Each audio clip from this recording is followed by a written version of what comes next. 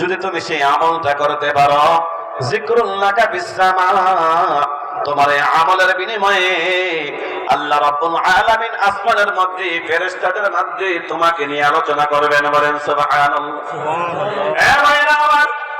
আমি যদি একটা মিছিল মিটিংয়ে যাই, বাংলাদেশের সাধারণ কোন পত্রিকায় যদি আমার বক্তব্য আসে, আমার ছবিটা আসে, আমি খুশি হয়ে যাই। কি বলেন, ঠিক কিনা? মাত্র 300 সদস্যের সংসদ ভবনে যদি আমাকে আপনাকে নিয়ে আলোচনা হয়, আমি আপনি খুশি হব কি হব না? ভাইয়েরা আমার, এই 300 সদস্য বিশিষ্ট একটা সংসদের মধ্যে যদি, বাংলাদেশের মধ্যে যদি আমার আপনার নামের আলোচনা হয়, আমাকে আপনাকে নিয়ে আলোচনা করে, আমি খুশি হয়ে যাই, আমি আত্মগর্বিত হই। আমাকে নিয়ে সংসদ সদস্যরা আলোচনা করেছে। রাসূলুল্লাহ সাল্লাল্লাহু আলাইহি ওয়াসাল্লাম বলেন, তুমি মাত্র একটা আমল করবা, একটা আমল করার বিনিময়ে তোমাকে রব্বে কারীম 2টা পুরস্কার দিবেন। 1 নম্বর পুরস্কার হলো তোমাকে নিয়ে আল্লাহ রাব্বুল আলামিন আসমানের মধ্যে ফেরেশতাদের মাঝে আলোচনা করবেন। বলেন সুবহানাল্লাহ। কোথায় আলোচনা হবে? সে আমল করতে রাজি আছে? ইনশাআল্লাহ। আমল কয়টা? একটা। পুরস্কার কয়টা? 2টা। একদিন রাসূলুল্লাহ সাল্লাল্লাহু আলাইহি ওয়াসাল্লাম মসজিদে নববীতে বসে আছেন।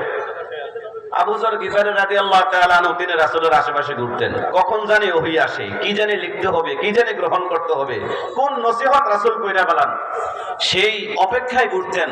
আমলের লোভ ছিল। আমাদের মধ্যে সে আমলের লোভ আছে? আমলের লোভ নাই। জিবরাইল আমিন আসছেন, রাসূলুল্লাহ সাল্লাল্লাহু আলাইহি ওয়াসাল্লামের সাথে কথা বলতেছেন, ওহী নাজিল হইতেছে। ঠিক এমন সময় জিবরাইল আমিন আবু যর গিফারীর দিকে নজর গেছে। বলতেছেন, রাসূলুল্লাহ, আপনার সাহাবী আবু যর গিফারী আসছে। কে বলছে কথাটা? বলেন, কে বলছে? জিবরাইল আমিন বলছে, আসমানের ফেরেশতা জিবরাইল। রাসূলুল্লাহ সাল্লাল্লাহু আলাইহি ওয়াসাল্লাম জিবরাইলকে প্রশ্ন করলেন, ভাই জিবরাইল, আমার আবু যর তো দুনিয়ায় থাকে, আর তোমার অবস্থান হলো আসমানে, তোমার অবস্থান কোথায়? তোমার অবস্থান আসমানে, আমার আবু যর থাকে দুনিয়ায়, আমার আবু যরকে তুমি কি করে চেনো? জিবরাইল আমিন বলেন, হে আল্লাহর রাসূল, আপনার আবু যর দুনিয়ার মানুষের মধ্যে যতটা প্রসিদ্ধি, তার চাইতে হাজার হাজার গুণ বেশি প্রসিদ্ধ সে আসমানের ফেরেশতাদের মধ্যে। বলেন সুবহানাল্লাহ। দুনিয়ার আর কয়জন মানুষ আবু যর গিফারীকে চিনে? আসমানের সকল ফেরেশতা আবু যর গিফারীকে চিনে। বলেন সুবহানাল্লাহ। রাসূলুল্লাহ সাল্লাল্লাহু আলাইহি ওয়াসাল্লাম জিবরাইল আমিনকে প্রশ্ন করলেন, ভাই জিবরাইল, এমন কোন আমলের কারণে আমার সাহাবী আবু যর গিফারীকে নিয়ে আসমানের মধ্যে আলোচনা হয়? জিবরাইল আমিন বলতেছেন, 2টা আমলের কারণে। কয়টা আমলের কারণে? বলেন, কয়টা আমলের কারণে? জিবরাইল বলেন, 2টা আমলের কারণে আল্লাহ রাব্বুল আলামিন আবু যর গিফারীকে আসমানের মধ্যে প্রসিদ্ধ করে দিয়েছেন। বলেন সুবহানাল্লাহ। দুনিয়ার মানুষ তাকে চিনে না, আসমানের সকল ফেরেশতারা তাকে চিনে, তাকে নিয়ে আলোচনা করে, তাকে দেখলে সম্মান করে। বলেন সুবহানাল্লাহ। সেই 2টা আমল আমাদের শোনার দরকার আছে না নাই?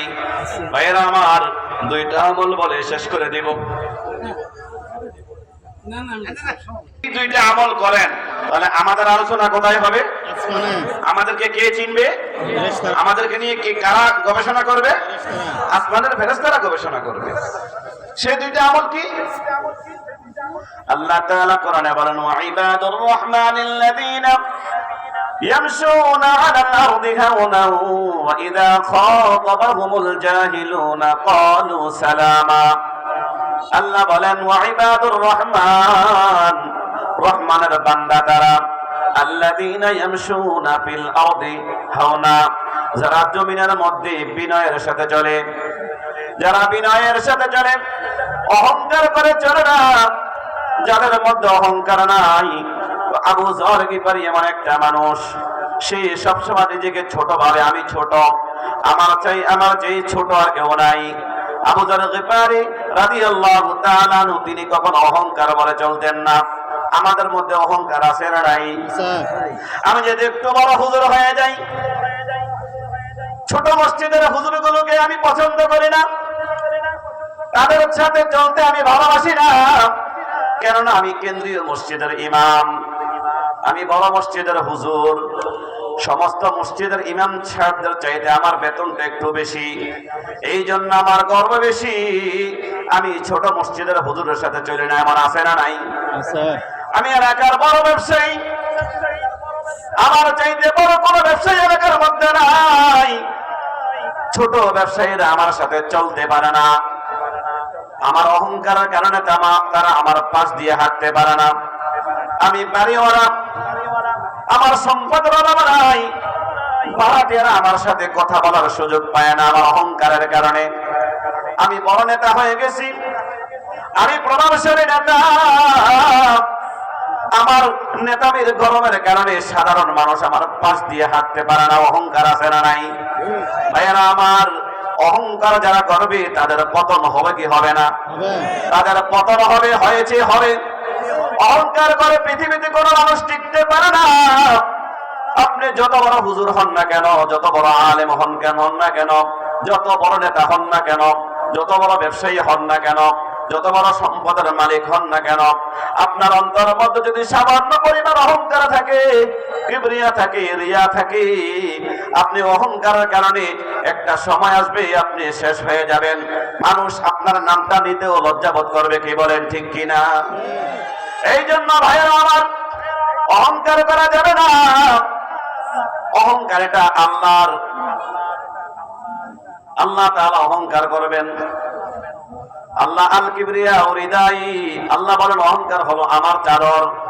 যে লোকটা হায়াতের জিন্দেগিতে নিজের পদ নিয়ে, নিজের আইলেম নিয়ে, নিজের সম্পদ নিয়ে, নিজের নেতাগিরি নিয়ে অহংকার করে, সাধারণ মানুষকে পাত্তা দেয় না, সাধারণ মানুষকে কষ্ট দেয়, বিনয়ের সাথে চলে না, সে কেমন যেন আমার চাদর নিয়ে টানাটানি করলো। আর যে ব্যক্তি আল্লাহর চাদর নিয়ে টানাটানি করবে তার ধ্বংস হবে কি হবে না? ভাইয়েরা আমার, আবু যর গিফারী রাদিয়াল্লাহু তাআলা আনহু আসমানের মধ্যে আলোচিত ছিলেন, তার মধ্যে কখনো অহংকার ছিল না। এই জন্য যদি আমার আপনার মধ্যে অহংকার থাকে, সেই অহংকারকে ধূলিসাৎ করে দিতে হবে। আমি আপনি দুনিয়াতে আসছি সামান্য সময়ের জন্য, আমাকে আবার চলে যেতে হবে। আমি আজকে সম্পদশালী, কারুনের সম্পদ অভাব ছিল না, কি বলেন ঠিক কিনা? আজকে কারুন এমন একটা নাম হয়ে গেছে, দুনিয়ার কোন মানুষ তার সন্তানের নাম কারুন রাখে না, কি বলেন ঠিক কিনা? আমি একজন বড় নেতা হয়েছি, আমি প্রভাবশালী নেতা হয়েছি, আমার দাপটে দুনিয়ার মানুষ চলতে পারে না। আমি যখন যাকে চাইছি আমার মন মতো একজনকে জেলে ঢুকাইয়া দিছি, আমার মন মতো ফাঁসি দিয়া দিছি, আমার মন মতো দেশটা চালাইছি। এই অহংকারের চাদরে ঘোরার কারণে একটা সময় আমার আপনার এমন পতন হবে।